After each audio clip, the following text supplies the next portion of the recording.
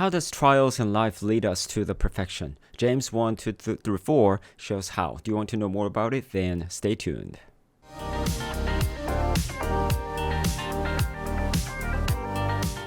Hello, welcome to 21st Century Moses channel. My name is Sammy Ju. Let's go to the first section, exposition.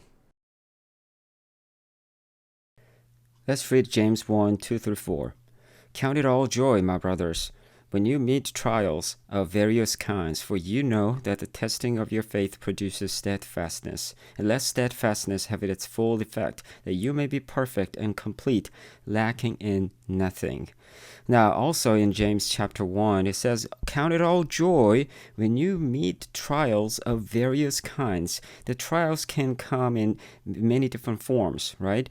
But when you face them, instead of complaining or instead of being discouraged, count it all joy, be rejoiced, because there's a reason. For you know that the testing of your faith produces steadfastness, and let steadfastness have its full effect, that you may be perfect and complete, lacking in nothing. You see that trials, God uses these trials for your testing of your faith. That produces what? Steadfastness. Steadfastness. And so that it may have a full effect, that you may be what? Perfect. So you see the sequence here. Now, if you remember Romans chapter 5, 3 through 4, we also saw this the chain of blessing, S-E-C-H. Do you remember that? S is suffering. Suffering produces endurance. Endurance produces character, and character produces what? Ultimately, hope. So you see the end result here. Hope and perfection here. It all starts with what? Trials and suffering. So the trials and suffering are not bad. Actually, they're pretty good, because in the end, we will have hope and we'll have perfection. So the response, what we need to have is this, what? Joy. Both in Romans and in book of James as well.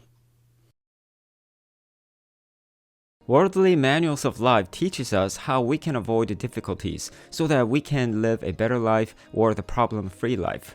However, what the Bible teaches us is not about problem-free life, but about how to maximize the problems we have. God allows suffering or problems for His children's benefit, not because He hates them. Look at the benefits of trials in our life. It produces steadfastness that leads us to perfection and completeness. It isn't through a perfect job, career, or perfect people around us for us to be a perfect person. It is not through living in a perfect neighborhood so we become perfect, but rather through trials that produces steadfastness, we become perfect in Him. Combined with the benefit of suffering and trials in Romans 5, 3 through 4, we can see through trials we have true hope and we become perfect and complete in Him. What a great mystery of suffering we see. Because of this reason, we can rejoice even in the midst of suffering and trial, because we know we are in the process of perfection. Remember when Jesus said, "It is finished." He didn't say it when He finished teaching, but when He suffered on the cross and died for our sins.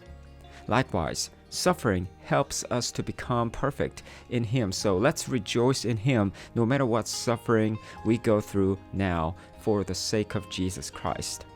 By the way, how does trials in life lead us to the perfection? Share your thoughts in the comment section below. Remember keywords here. Trials, perfect. So the main idea is trials lead you to be perfect. Read this verse 3 times out loud. Pause the video. Close your eyes and recite this verse word by word. Pause the video, please. Let's fill in the blanks and check it. Count it all joy, my brothers, when you meet of various kinds, for you know that the testing of your faith produces steadfastness, and let steadfastness have its full effect, that you may be and complete, lacking in nothing. Okay, the answers are trials, perfect, and today's verses, James 1, 2 through 4. All right, great job. You memorized 95 verses on the Walking with God memory verses. Please take a few minutes to review from day 1 or day 239. Tomorrow, we'll learn why we should be patient in speaking and anger. So click the like button, hit subscribe, and click on the notification bell so you will not miss it. Don't forget to put your unique icon or emoji on 365 Empowerment Checklist on the description section below so you can check your progress.